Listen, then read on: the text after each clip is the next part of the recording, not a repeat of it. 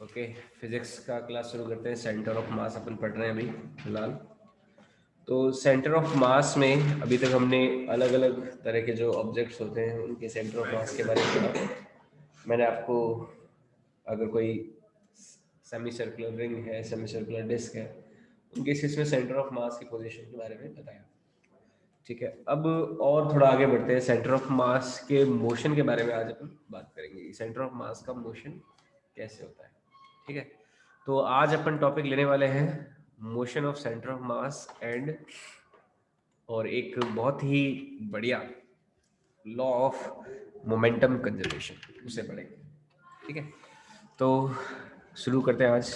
Motion of centre of mass, motion of center of mass and law of momentum conservation.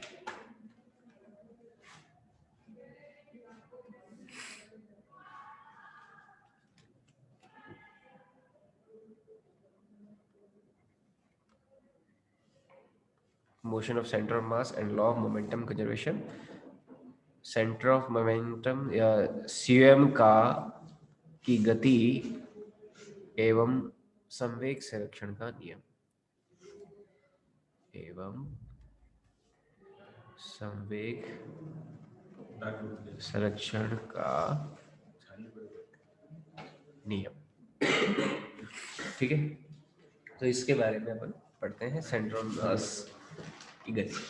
तो देखो, अभी तक हमने जो सीखा सेंटर ऑफ मास के बारे में, जैसे हमने सीखा कि भाई कोई भी सेंटर ऑफ मास का पोजीशन वेक्टर अगर निकालना है, RCM वेक्टर, तो इसकी वैल्यू कैसे आती है, m1 r1 वेक्टर, जो m1 मास है कहीं पे रखा हुआ है, तो उसका जो r1 पोजीशन वेक्टर है उससे मल्टीप्लाई कर देते हैं, plus m2 into r2 position vector, plus m3 into r3 position vector. इस तरह से मान लो n पार्टिकल है तो ये हो जाएगा mn rn पोजीशन वेक्टर। ठीक है, ये हो जाएगा। और डिवाइडेड बाय किसको कर देते हैं, जो टोटल मास होता है उसके समेशन के बराबर कर देते हैं ना। वो कितना आ जाता है, m1 plus m2 plus m3 plus and so on, कहाँ तक, कोई mn मास तक। तो नीचे टोटल समेशन ऑफ मासेस आ जाता है। यहाँ तक हमने सीखा था।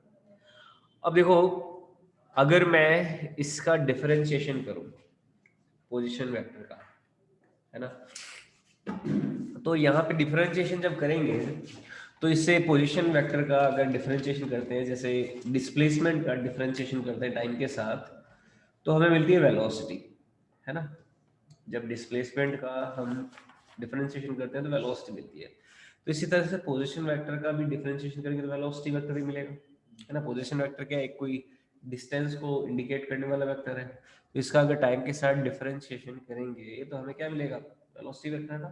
तो हम सेंटर ऑफ मास का वेलोसिटी भी निकाल सकते हैं। तो नेक्स्ट लेते हैं velocity of centre of mass. Velocity of centre of मास, तो ये देखते हैं। देखो, सेंटर ऑफ मास की वेलोसिटी निकालने के लिए क्या करेंगे हम, जो ये इक्वेशन है, इक्वेशन नंबर मान लो मैं इसको 1 बोल दिया, तो 1 नंबर इक्वेशन का टाइम के साथ डिफरेंशिएशन करने पर, डिफरेंशिएटिंग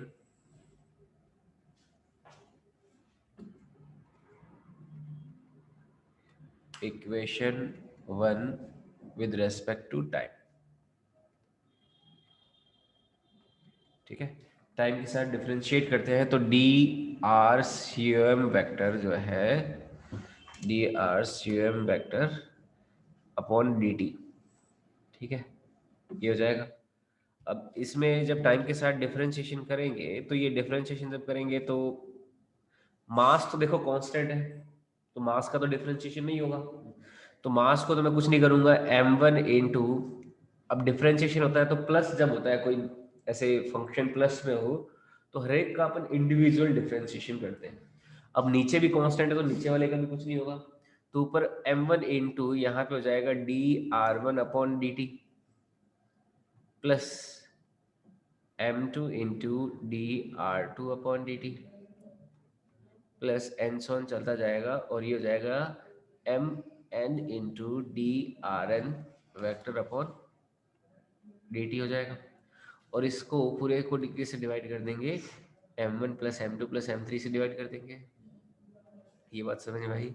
ये डिवाइड हो जाएगा m1 plus m2 plus m3 plus and so on mn से डिवाइड हो जाएगा। क्योंकि देखो नीचे वाला क्वांटिटी का पूरा समेशन क्या है, कांस्टेंट है, तो वो भी चेंज नहीं होगा।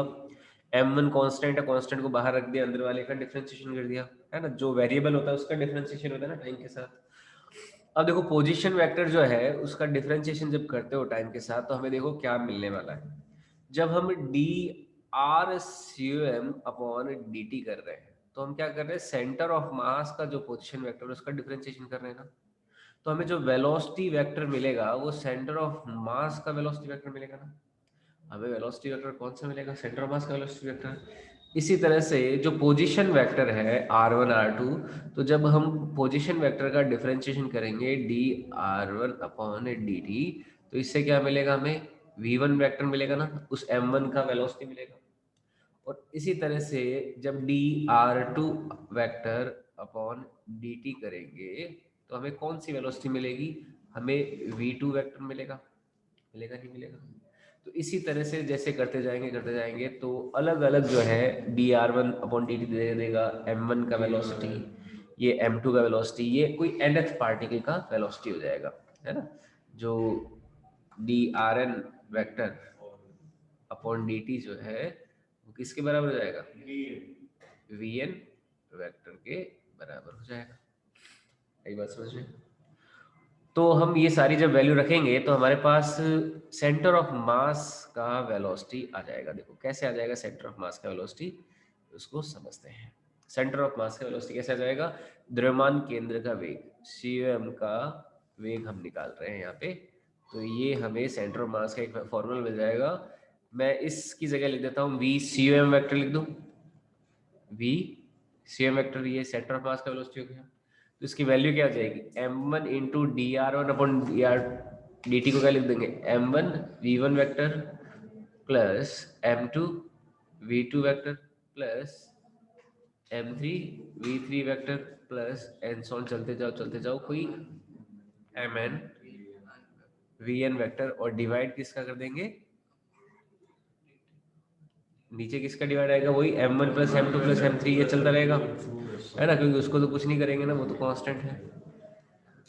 ये चला जाएगा कहाँ तक, mn तक। तो ये एक फॉर्मूला आ जाएगा similar to position vector. Position vector का जैसे फॉर्मूला आया था ना m1 x2 m2 x2, तो वैसे ही सेंटर ऑफ मास की वेलोसिटी का एक एक्सप्रेशन आ जाएगा m1 v1 plus m2 v2 and so on divided by m1 plus m2 plus m3 ऐसे। आई बात समझ में। तो ये एक फॉर्मूला आ गया जिसको अपन को ध्यान में रखना है। ओके, ये नोट कर लो।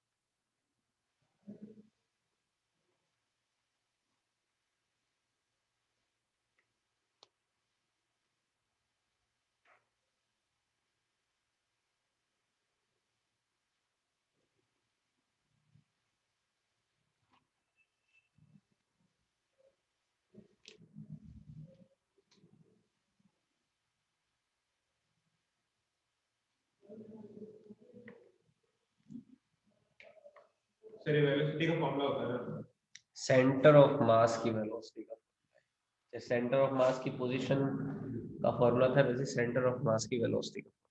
एक्स आगे। हाँ, इसमें वेलोसिटी आ गई।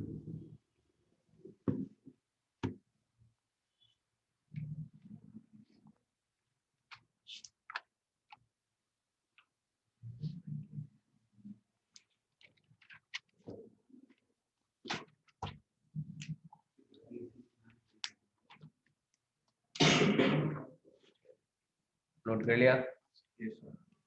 अब देखो एक और चीज यहाँ पे निकालते हैं इसके साथ साथ, acceleration of centre of mass. Acceleration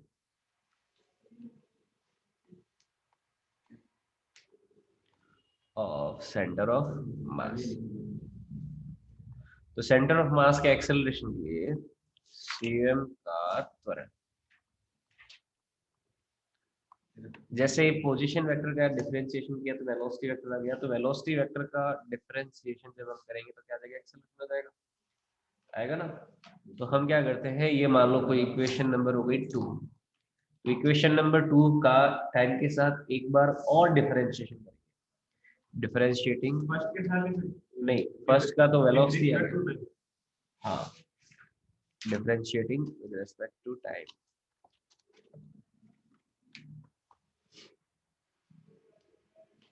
differentiating equation 2 with respect to time, time के साथ सेकंड नंबर इक्वेशन का डिफरेंशिएशन करते हैं।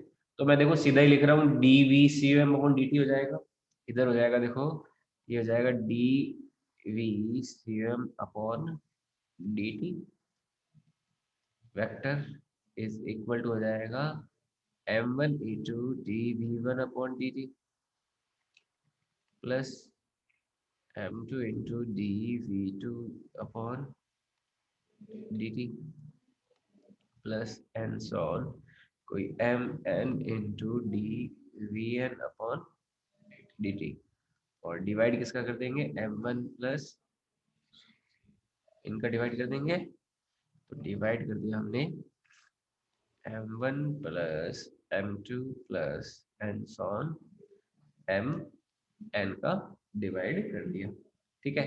अब देखो जब वेलोसिटी का टाइम के साथ डिफरेंशिएशन करते हैं तब तो हमें क्या मिलता है, एक्सेलरेशन मिलता है ना।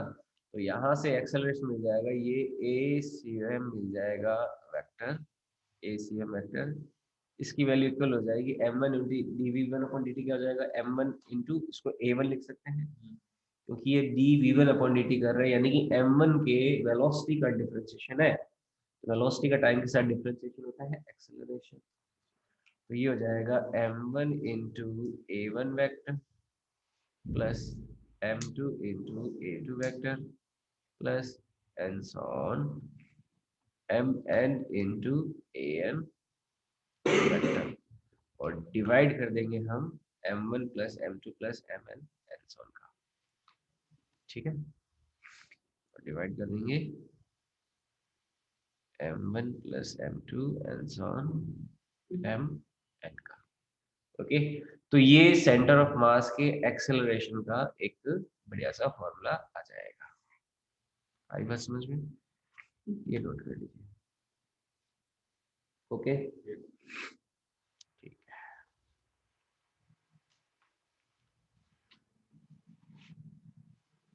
जैसे छोटे छोटे क्वेश्चंस कर सकते हैं इस पे, सेंटर ऑफ मास की वेलोसिटी निकालने के मान लो क्वेश्चंस करने हो, सर अगर मतलब क्वेश्चन आ गया तो अगर लास्ट में लिखा होगा कि फाइंड द एक्सेलरेशन और वेलोसिटी दोनों साथ में, तो दोनों वेलोसिटी साथ में निकाल देख सकते हैं, दोनों साथ में निकालो। हाँ चलो क्वेश्चन करते हैं, देखो क्वेश्चन से समझना। जैसे मान लो दो ऑब्जेक्ट्स हैं, एक तो ऑब्जेक्ट ये है कोई छोटा सा, और ये कोई थोड़ा सा बड़ा सा ऑब्जेक्ट है, ये दो कोई ऑब्जेक्ट है, ठीक है। ये दोनों आगे इस तरफ मूव कर रहे हैं, और इनकी वेलोसिटी जो है, और वेलोसिटी और मास दोनों दे रखे हैं। मान लो ये तो m1 है जिसका वैल्यू है 2 kg का, ठीक है। m1 कितना है, 2 kg का, और इसका जो वेलोसिटी है v1 जो कि केवल x डायरेक्शन में है, ये है 1 मीटर पर सेकेंड, ठीक है, इधर जा रहा है। और ये कोई m2 मास है, m2 की वैल्यू है कोई 3 kg, और इसका जो v2 वेलोसिटी है वो है कोई 5 मीटर पर सेकेंड। तो सवाल ये है कि इन दोनों के सेंटर ऑफ मास का वेलोसिटी क्या होगा। What will be velocity of centre of मास। बिल्कुल सही, बिल्कुल सही। तो द्रव्यमान केंद्र का वेग क्या होगा, ये सॉल्व करना है।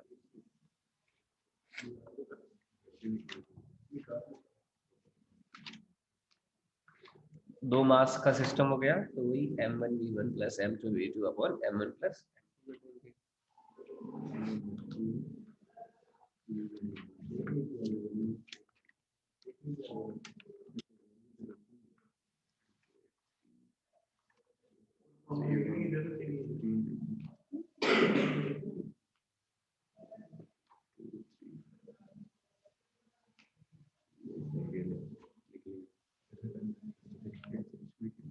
जाएगा। तो सिंपल सा सॉल्यूशन, VCM के लिए यहाँ पे क्योंकि दो पार्टिकल है तो ये हो जाएगा m1v1 plus m2v2 divided by m1 plus m2, ऐसा हो जाएगा। तो VCM की वैल्यू आ जाएगी, VCM is equal to m1 तो है 2 kg, v1 है 1 प्लस m2 है 3 kg, v2 है 5 divided by m1 plus m2 2 plus 3, ठीक है। तो यहाँ से VCM का वैल्यू आ जाएगा 2 प्लस 15 अपॉन 5, तो ये हो जाएगा 17 अपॉन 5। तो कितना हो गया, 3.4 मीटर पर सेकेंड। ये सेंटर ऑफ मास की वेलोसिटी का आंसर हो जाएगा। हाँ निकाल दो, ऑप्शन में मान लो दे रखा हो तो पॉइंट में निकाल दीजिए। ओके, और सवाल दें, चलो और सवाल देखो।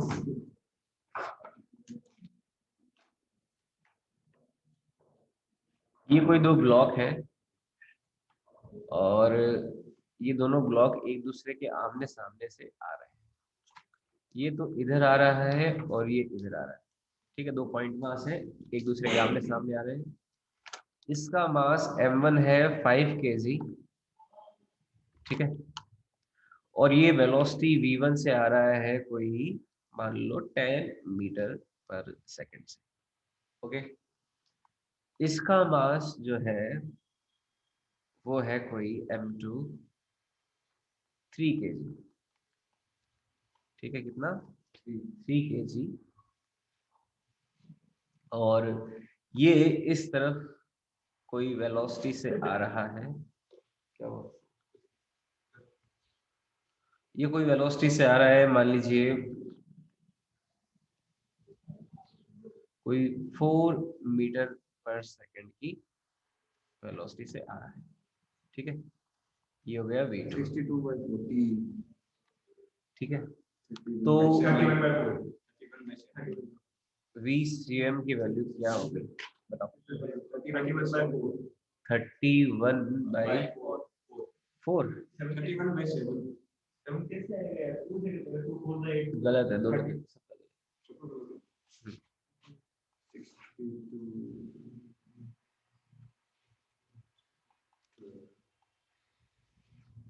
देखो इन दोनों का सेंटर ऑफ मास कहीं यहीं पे होगा ना, 38/6, थोड़ा सा सही कर, नीचे देख क्या समेशन क्या क्या नीचे, प्लस नीचे क्या है 14, ऊपर वाला ठीक है, नीचे वाला गलत है।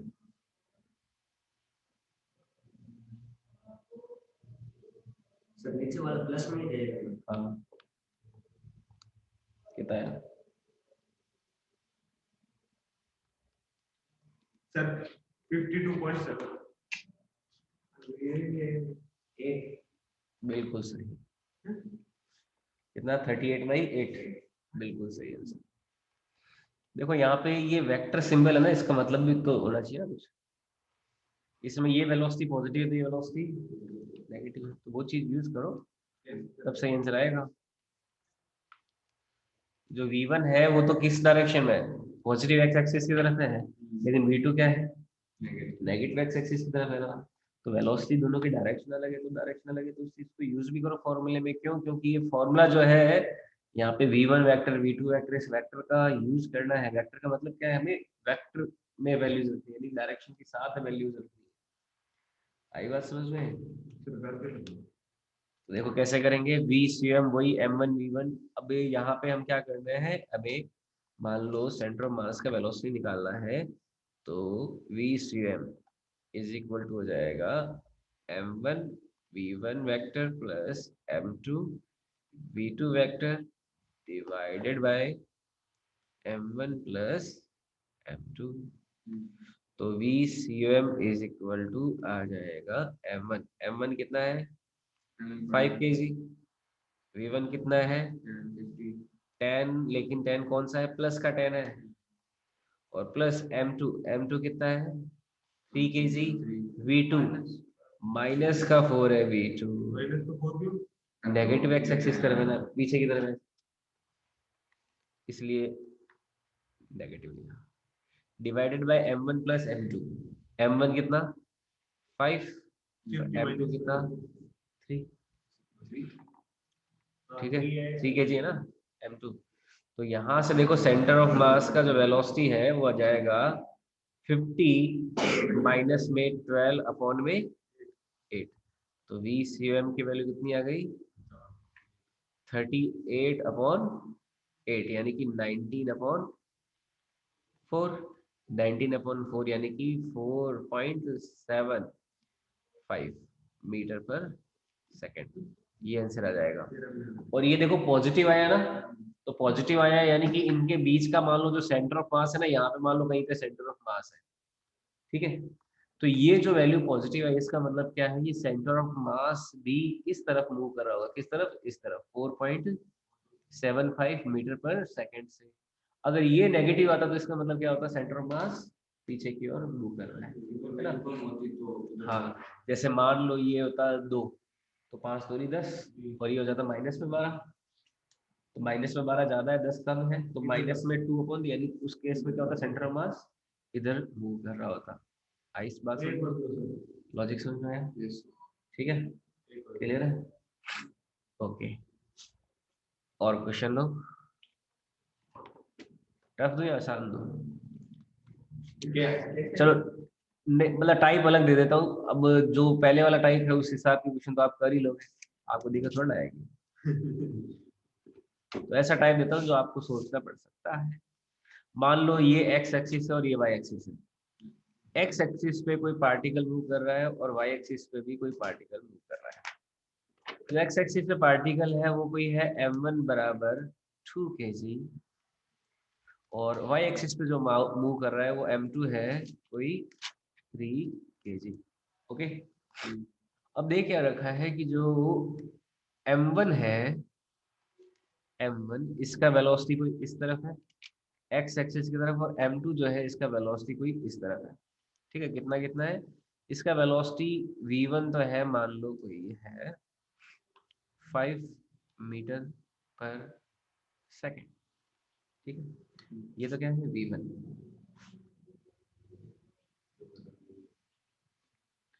या फिर एक मिनट इसको मैं थोड़ा और सिंप्लीफाई कर देता हूँ।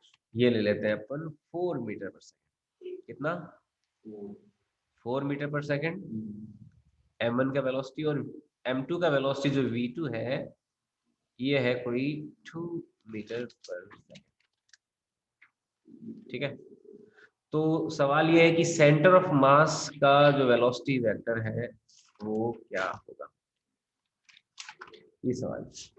सेंटर ऑफ मास का वेलोसिटी वेक्टर क्या होगा और सेंटर ऑफ मास का वेलोसिटी का मैग्नीट्यूड क्या होगा, ठीक है, ये सवाल है। एक तो सेंटर ऑफ मास का वेलोसिटी वेक्टर क्या होगा और सेंटर ऑफ मास के वेलोसिटी वेक्टर का मैग्नीट्यूड क्या होगा, ये बताओ।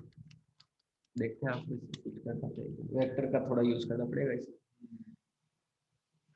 ठीक, सोचो।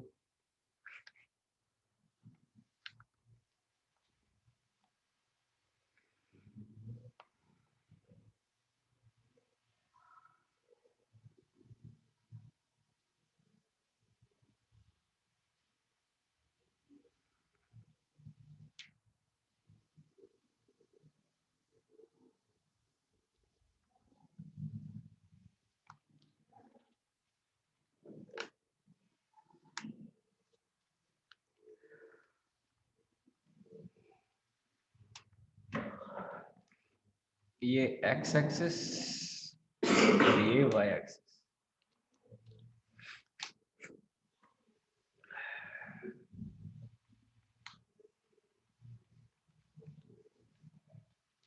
सॉल्व करें। 2.8 आई कैप और जे कैप में आंसर आएगा। आई कैप जे कैप उसमें आंसर आएगा। देखो एक्स एक्सिस की तरफ कोई वेक्टर होता है उसको आई कैप बोलते हैं और वाई एक्सिस की तरफ कोई वेक्टर होता है उसको जे कैप बोलते हैं, है ना। यहाँ पे देखो हमारा जो वेलोसिटी वेक्टर है यानी कि जो v1 वेक्टर है वो कितना है 4 आई कैप है ना, 4 आई कैप। और जो v2 वेक्टर है v2 वेक्टर वो कितना है 2 जे कैप है नहीं। तो पहले तो हमने v1 वेक्टर और v2 वेक्टर लिखे वेक्टर फॉर्म में लिखे, तो x एक्सिस की तरफ कोई वेक्टर हो तो आई कैप और y एक्सिस की तरफ कोई वेक्टर हो तो जे कैप होता है, तो हमने वेक्टर फॉर्मेट में लिखा। अब फॉर्मूला तो वही लगाना है हमें, कोई नया फॉर्मूला नहीं लेके आना कि v COM vector is equal to m1 v1 vector plus m2 v2 vector divided by m1 plus m2। ठीक है, तो देखो यहाँ से v COM वेक्टर हो जाएगा v COM vector is equal to m1 कितना हो गया 2 kg, v1 वेक्टर कितना है अभी हम देखा ना, देखो कितना 4 आई कैप है ना, तो ये हो गया 4 आई कैप प्लस m2 कितना है 3 kg और v2 वेक्टर कितना है ये है 2 J cap divided by m1 plus m2 यानी कि ये हो जाएगा 2 प्लस 3 यानी कि 5 हो जाएगा। यानी कि यहाँ से देखो v COM वेक्टर की वैल्यू क्या आ गई, ये आ गई 1/5 ब्रैकेट में क्या 8 I cap plus 6 J cap आई एन ए। तो ये तो हो गया वेक्टर फॉर्म में answer 1/5 8 I cap plus 6 J cap, है ना। कोई भी वेक्टर जो होता है ना उसको ऐसे लिखते हैं आई कैप और जे कैप के फॉर्म में। इसका मतलब क्या है, इसका 8 पार्ट तो चल रहा है एक्स एक्सिस की तरफ और 6 पार्ट किधर चल रहा है वाई एक्सिस की तरफ, तो ये वेक्टर के प्रिंसिपल होते हैं। ठीक है, अब देखो इसका मैग्नीट्यूड निकालना हो, कोई वेक्टर का मैग्नीट्यूड निकालना होता है तो v COM का मैग्नीट्यूड निकालना है मान लो, तो देखो 1/5 को तो कुछ नहीं करेंगे, अब इन दोनों का मैग्नीट्यूड अगर निकालना है तो इन दोनों का मैग्नीट्यूड निकालने के लिए हम क्या करते हैं स्क्वायर रूट का एडिशन कर देते हैं। तो ये हो जाता है रूट में 8 का स्क्वायर प्लस 6 का स्क्वायर, इनको ऐड कर देंगे। दो वेक्टर कोई एक्स एक्सिस की तरफ और वाई एक्सिस की तरफ हो तो उनका रिजल्टेंट जो है मैग्नीट्यूड वो आता है 8, उनका स्क्वायर रूट का एडिशन और उसका फिर स्क्वायर रूट। ठीक है, तो ये हो जाएगा v COM का मैग्नीट्यूड हो जाएगा कितना हो जाएगा और रूट में ये हो जाएगा 64 प्लस 36 100 हो गया, 100 का रूट कितना 10, तो ये कितना हो जाएगा 10/5। तो v COM का जो मैग्नीट्यूड आ जाएगा वो कितना आ जाएगा 2 मीटर पर सेकेंड, ये आंसर आ जाएगा। बताओ आई बात समझ में, तो 2 मीटर पर सेकेंड वेलोसिटी वेक्टर का मैग्नीट्यूड आ जाएगा।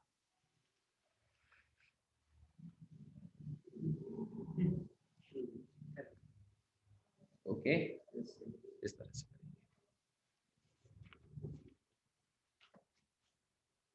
समझ में आया, पूरा क्लियर हुआ। तो यहाँ पे वेक्टर सिंबल का भी कोई मतलब है, वो मतलब समझा, आई बात समझ में। अब देखो नेक्स्ट लेते हैं momentum conservation law. Momentum conservation law देखो कैसे आएगा। जैसे ACM वेक्टर ये है, क्या कर रहे हो?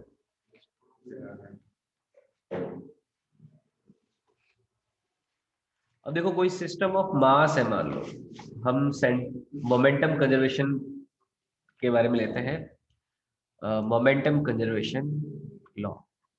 मोमेंटम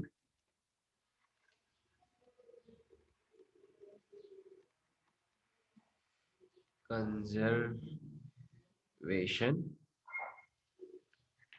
लॉ, ठीक है, संवेग संरक्षण का नियम,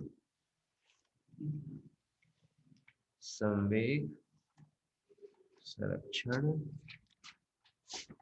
का नियम। देखो संवेग संरक्षण का नियम क्या कहता है, अगर मान लीजिए कोई सिस्टम है, सिस्टम ऑफ मास है, उस सिस्टम ऑफ मास पे लगने वाला नेट एक्सटर्नल फोर्स अगर 0 है, if on a system of mass particles, net external force is 0, net external force is 0। मान लो कोई सिस्टम ऑफ मास लिया, बहुत सारे मासेज है, उन मासेज का एक तंत्र है, सिस्टम है ना, जिसमें बहुत सारे मासेज पड़े हुए, छोटे छोटे M1 M2 M3 M4 ऐसे। तो उन सभी पे लगने वाला अगर कुल नेट एक्सटर्नल फोर्स 0 है, तो एक ये केस ले रहे हैं, है ना, लिख लीजिए केस। यदि किसी द्रव्यमान तंत्र पर लगने वाला कुल बाह्य बल 0 है,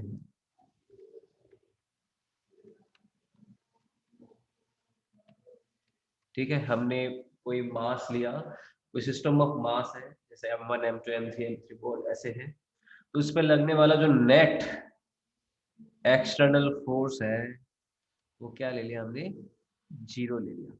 ये कंडीशन है ना। तो इस कंडीशन की वजह से अब देखो पूरा नेट एक्सटर्नल फोर्स 0 की सिस्टम ऑफ मास पे, तो उस वजह से उसके सेंटर ऑफ मास का एक्सेलरेशन भी तो 0 होगा।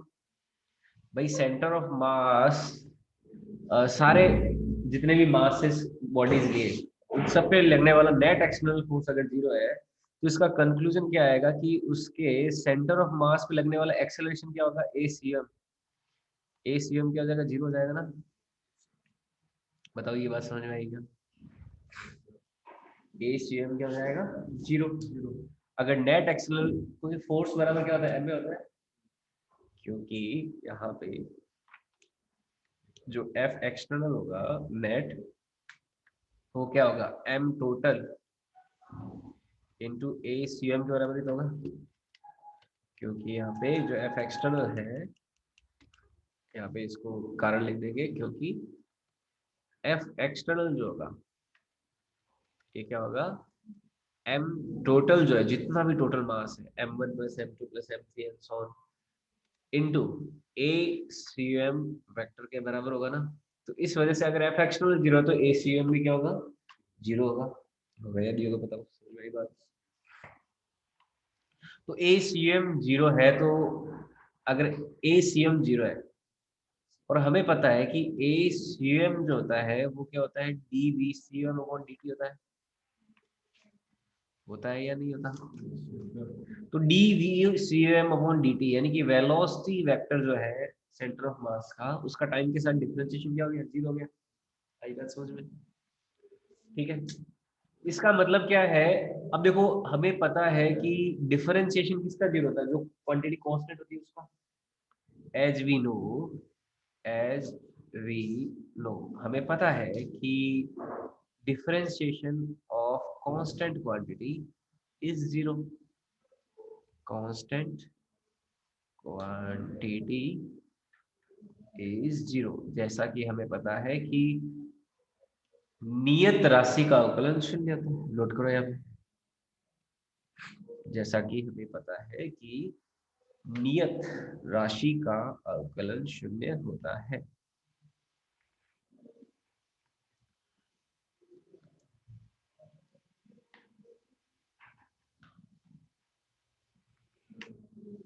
ना। कांस्टेंट कोई क्वांटिटी डिफरेंशिएशन जीरो होता है, तो यहाँ पे जो वी सीएम है वो क्या हो जाएगा, कांस्टेंट हो जाएगा, नहीं हो जाएगा क्या? वी सीएम बराबर क्या हो गया, कांस्टेंट। यानी कि जब एक्सटर्नल फोर्स जीरो हो तो एक्सेलरेशन जीरो, एक्सेलरेशन जीरो तो वेलोसिटी कांस्टेंट। अब वेलोसिटी किसकी कांस्टेंट होगी, सेंटर ऑफ मास की कांस्टेंट हो गई। अब हमें पता है कि भाई velocity of centre of mass जो होता है वो तो क्या होता है, m1v1 plus m2 v2 plus and so on divided by m1 plus m2 plus m3, ऐसा होता है, ऐसा होता है तो। अब ये नीचे वाली क्वांटिटी भी तो कांस्टेंट है, मैं इस क्वांटिटी को इसके साथ ऐसे मल्टीप्लाई कर दूं तो ये कांस्टेंट और ये कांस्टेंट है, यानी कि ये पूरा जो समेशन ये भी तो कांस्टेंट हो जाएगा, हो जाएगा नहीं हो जाएगा।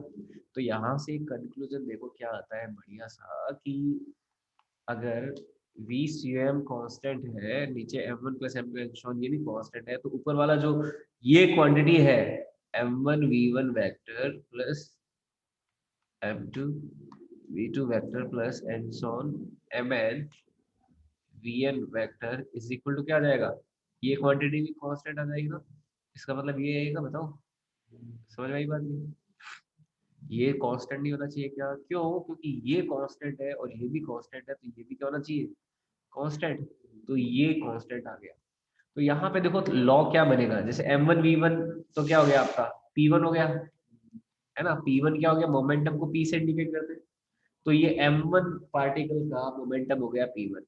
m2v2 क्या हो गया, ये हो गया p2 प्लस एन सोन, ये हो गया pn।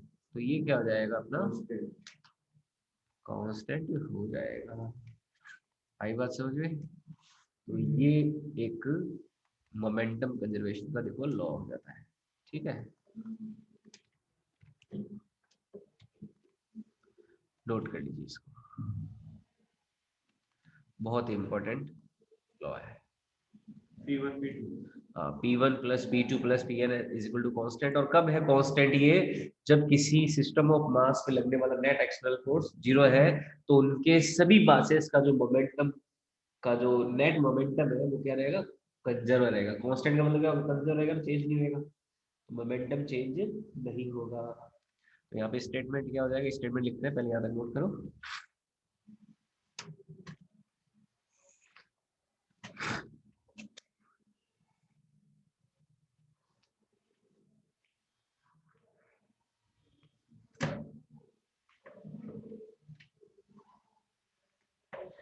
If on A system of masses, देखो इस लॉ को क्या कैसे फ्रेम करते हैं, if on A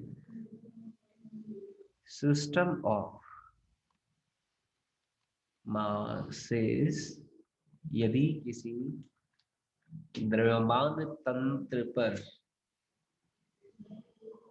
if on A system of masses, यदि किसी द्रव्यमान तंत्र पर, if on A system of masses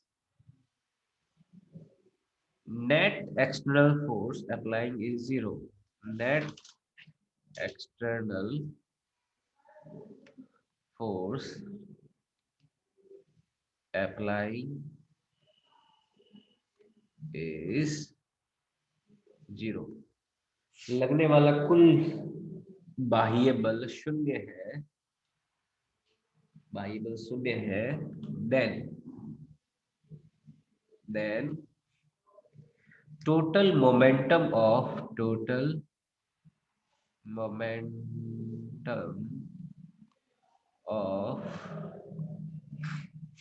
all the particles will be 0. तो क्या हो गया, momentum all the particles will be, ना 0 नहीं, विल बी कांस्टेंट, सही करो इसको, विल बी कंजर्व्ड, है ना, कांस्टेंट लाइक कांस्टेंट और कंजर्व्ड एक ही है, लेकिन कंजर्व लिखो, विल बी कंजर्व्ड। तो सभी कणों का कुल संवेग संरक्षित रहेगा। तो सभी कणों का कुल संवेग संरक्षित रहेगा। तो ये एक बहुत ही प्यारा इंपॉर्टेंट लॉ हो जाता है, बहुत इंपॉर्टेंट लॉ, कि टोटल मोमेंटम जो है वो हमेशा कंजर्व रहता है। ओके, ठीक है। तो इसके बारे में जो क्वेश्चंस वगैरह है वो अपन नेक्स्ट क्लास में करेंगे। अभी आज के लिए